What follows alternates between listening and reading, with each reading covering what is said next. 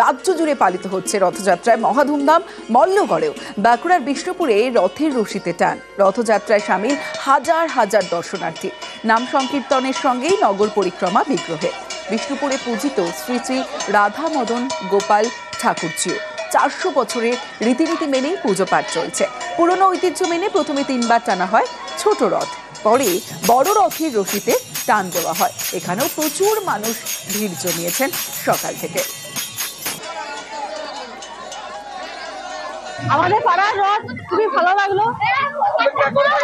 সারা বছর অপেক্ষা করে থাকি, বাড়িতে সবাই মিলে আনন্দ করে রথ টানা, এই যে সবাই মিলে আসা খুবই ভালো লেগেছে। রথের সময় বিষ্ণুপুর ছাড়া কোথাও না, নিজের বাড়ির পাশের রথ, এটাই খুব ভালো লাগে। হ্যাঁ, এবার কলকাতার দিকেও নজর রাখতে হবে। বিভিন্ন জেলার ছবি দেখাচ্ছে, তেমন শহর কলকাতার ছবি। 54তম কলকাতা ইসকনের রথযাত্রা। সকালে পাহান্দি বিজয়ের পর চলছে এই মুহূর্তে আরতি। সরাসরি সেই ছবি আপনাদের দেখাচ্ছি।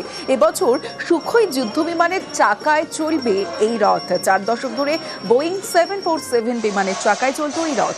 দুপুর 1টা থেকে শুরু হবে রথযাত্রা। ব্রিগেড প্যারেড গ্রাউন্ডে এসে শেষ হবে রথযাত্রা।